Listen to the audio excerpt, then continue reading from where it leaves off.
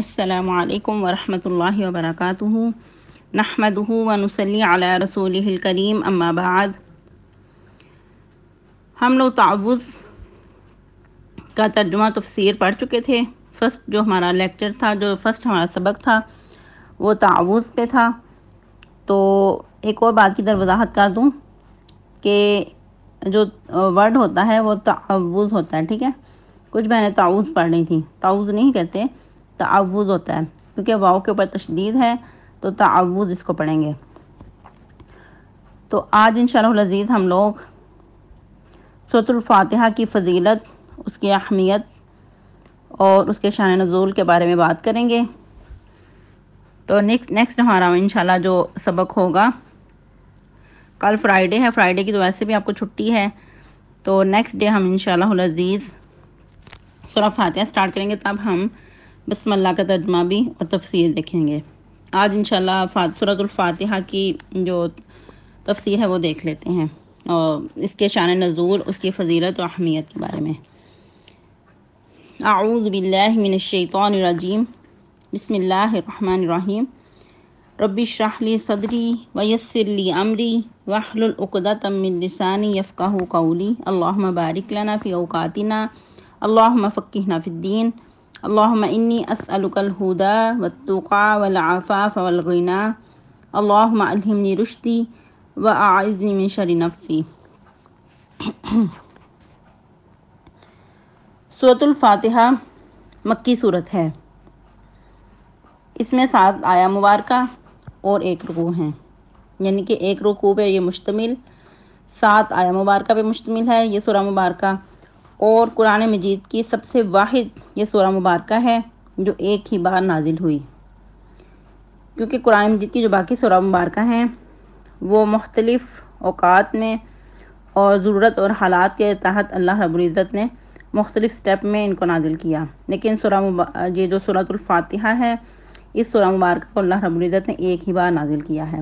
بہت ہی زیادہ خوبصورت سورت ہے، گویا کہ مکمل قرآن کا تتمہ ہے، مکمل قرآن کا خلاصہ ہے۔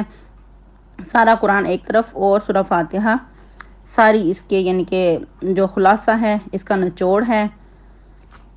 تو آئیے دیکھتے ہیں سورہ مبارکہ۔ اس کو دم کی جانے والی سورت بھی کہا جاتا ہے، ہر بیماری سے اس میں شفا ہے، اور یہ سورۃ الصلاح بھی ہے اور 7 مثانی بھی ہے۔ اس کے بہت سارے نام ہیں، کچھ تو صحیح احادیث سے پتہ چلتے ہیں اور کچھ علماء نے تجوید کیے ہیں۔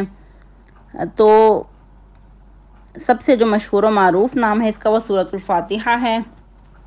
فاتحہ کے معنی ہیں کھولنے والی، ابتدا کرنے والی، افتتاح یعنی کہ قرآن مجید کا افتتاح، جیسا کہ مفتاح کہتے ہیں چابی کو عربی زبان میں، تو چابی سے کیا کیا جاتا ہے، لاک کو کھولا جاتا ہے، تو اسی مناسبت سے اس سورہ مبارکہ کا نام فاتحہ رکھا گیا۔ تو اس کو دعا بھی کہا جاتا ہے، اور بھی اس کے بہت سارے نام ہیں، تو 3-4 نام آپ کو زبانی آنے چاہیے۔ پھر ایک دفعہ دہرا دیتی ہوں، سورۃ الفاتحہ، 7 مثانی، سورۃ الشفاء، اور ام الکتاب بھی کہا جاتا ہے، ام القرآن بھی کہا جاتا ہے، سورۃ الحمد بھی کہا جاتا ہے، اور سورۃ الدعاء بھی کہا جاتا ہے۔ اور جیسا کہ ہم نے کہا کہ اس کے بہت سارے نام ہیں، اسی طرح سورۃ النور بھی ہے۔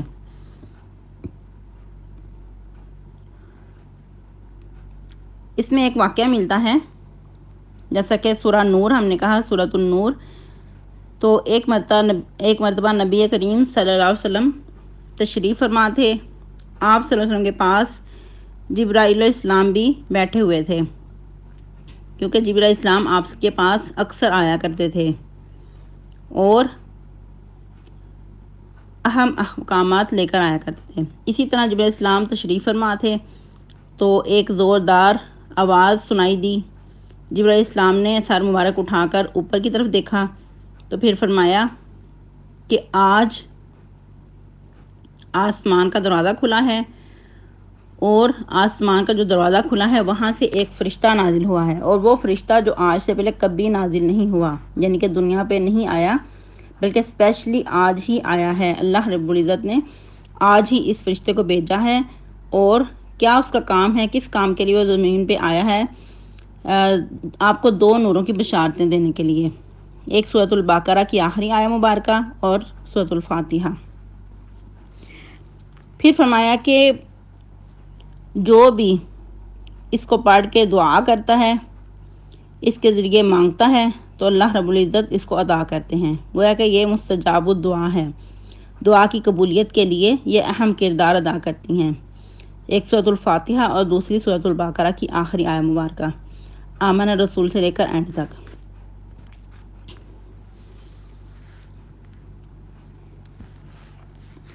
اور اس کی اہمیت میں اور بھی بہت سارے واقعات ملتے ہیں، جس طرح کہ ایک مرتبہ سیدنا ابو سعید خدری رضی اللہ تعالیٰ عنہ، آپ صلی اللہ علیہ وسلم نے ان کو بھیجا ایک چھوٹے لشکر کے ساتھ، اور یعنی کہ ایک سریہ کے ساتھ، سریہ کہتے ہیں چھوٹے لشکر کو، اور اسپیشلی جس میں نبی کریم صلی اللہ علیہ وسلم خود تشریف فرما نہ ہوں، جس میں آپ صلی اللہ علیہ وسلم خود تشریف فرما ان کو غزوہ کہا جاتا ہے، لیکن اس کے علاوہ چھوٹا لشکر کوئی بھیجا جائے کسی اہم کام کے لیے تو اس کو پھر سریہ کہا جاتا ہے۔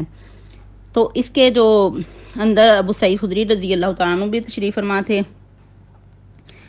تو جب سفر کر رہے تھے، رستے میں ایک قبیلے کے ہاں سے ان کا گزر ہوا، انہوں نے ضیافت کے لیے کہا کہ ہماری مہمان نوازی کیجیے، ہمیں کھانا دیا جائے، لیکن انہوں نے کھانے سے انکار کیا۔ اس کے بعد پھر کیا اتفاق ہوا کہ ان کے سردار کو کسی بچھو نے کاٹ لیا۔ تو صحابہ کرام نے ادھر پاؤ ڈالا ہوا تھا، تو وہ لوگ صحابہ کرام کے پاس آئے اور کہنے لگے کہ ہمارے جو سردار ہیں، ہمارا جو بڑا ہے شخص، اس کو بچھو نے کاٹ لیا ہے، آپ میں سے اگر کوئی جادو منتر جانتا ہے تو ہمارے پاس تشریف لائے اور ان کا کچھ علاج معالجہ کیا جائے۔ تو انہوں نے کہا صحابہ کرام نے کہ آپ لوگوں نے ہماری ضیافت نہیں کی، تو اس لیے ہم لوگ یہ کام نہیں کریں گے الا کہ آپ ہمیں معاوضہ دیں۔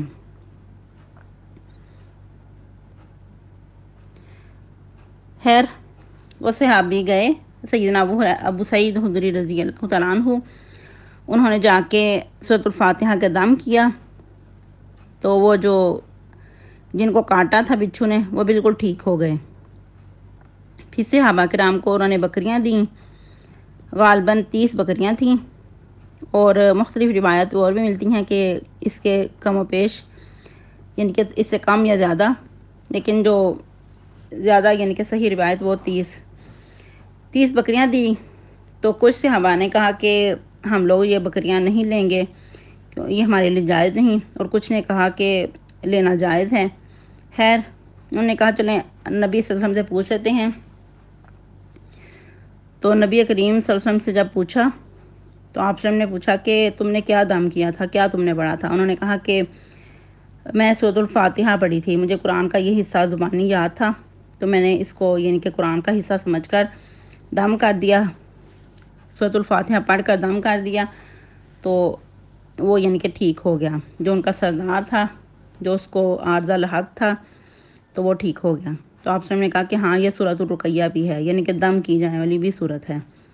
لیکن ادھر تھوڑی سی وضاحت کر دوں کہ عموماً ہمارے معاشرے میں یہ بھی کنسیپٹ پایا جاتا ہے کہ کھانے پینے والی چیزوں پہ دم کر کے کھلائی جاتی ہے یا پلائی جاتی ہے، تو یہ طریقہ مسنون نہیں ہے۔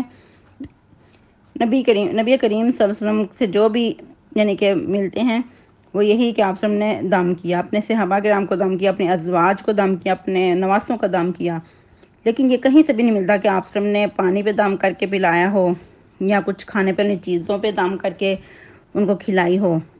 تو جو مسنون طریقہ ہم بھی وہی کریں گے، ہم اپنے پیاروں کو دم کریں، ہم خود کو دم کریں سورۃ الفاتحہ کے ذریعے، کیونکہ یہ اس میں ہر بیماری کے لیے شفا ہے، لیکن جو مسنون طریقہ ہے وہی کیا جائے گا، چیزوں پہ دم کر کے نہیں پلایا جائے گا، لیکن البتہ اس کے ذریعے دم کیا جائے گا پھونک کر۔ اس کا بہتر طریقہ کیا ہے کہ سورۃ الفاتحہ پڑھی جائے اور پھونک دیا جائے، اور پھونک ایسی ہو کہ ہلکا ہلکا جیسے تھتکارا جاتا ہے ایسے ہلکی ہلکی آواز آئے۔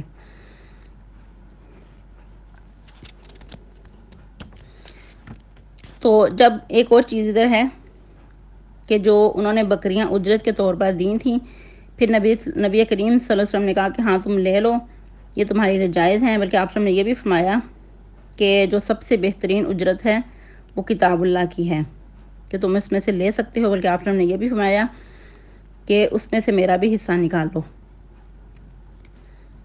اس طرح آپ نے اس لیے بھی کہا ہوگا کہ صحابہ کرام کی حوصلہ افزائی ہو جائے، ان کے اندر کوئی جھجک نہ رہے کہ ہم پتہ نہیں ہمارے لیے جائز ہے یا نہیں۔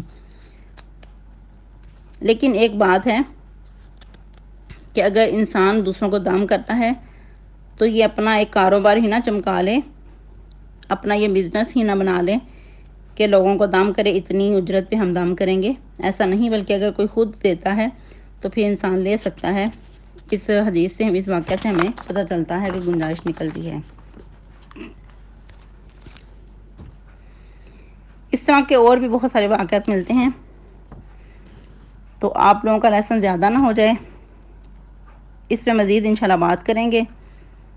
تو آج کے لیے اتنا ہی کافی ہے، آپ لوگوں نے اچھے سے یاد کرنا ہے اور سنانا بھی ہے۔ اور جس طرح کہ کل کچھ بہنوں کو پتہ نہیں تھا، وہ جسٹ سورۃ التعوذ کا وہ ترجمہ سنا رہی تھیں، جسٹ ترجمہ ہی نہیں سنائیں گے بلکہ تفسیر بھی ساتھ جو آپ کو بتائی جا رہی ہے وہ بھی آپ سنائیں گے۔ پھر ایک دفعہ بتا دوں کہ یہ جو آپ کا سبق ہوتا ہے یہ آپ لوگ اپنے رجسٹر میں نوٹ کریں گے، ٹھیک ہے، تاکہ آپ کے پاس یہ مٹیریل موجود ہو اور آپ کو ٹیسٹ پیپر دینے میں آسانی ہو۔ ویسے بھی جو آپ اتنی محنت کریں تو آپ کے پاس یہ ذخیرہ ہو۔ تو آج کے اتنا ہی کافی ہے، اس پہ مزید بات کریں گے سورۃ الفاتحہ کی فضیلت و اہمیت پہ۔ تو کل فرائیڈے ہے، انشاءاللہ آپ لوگوں کو چھٹی ہوگی، جو نیکسٹ ہمارا لیسن ہے وہ ہم ہفتے سے انشاءاللہ آپ کو دیں گے۔ السلام علیکم ورحمۃ اللہ وبرکاتہ۔